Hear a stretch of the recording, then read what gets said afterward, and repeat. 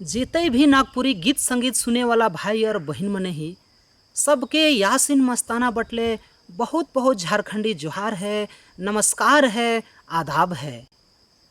राउरिन के एक सूचना दे देवे चाहिए कि जेते भी संगीत प्रेमी भाई बहन मने हैं, अगर राउरिन के रोज नया से नया नागपुरी वीडियो एल्बम फिल्म देखे कर इच्छा है तो राउरिन यूट्यूब में जाओ और सीधे यासीन मस्ताना लिखो और पूरा लिस्ट आ जाए।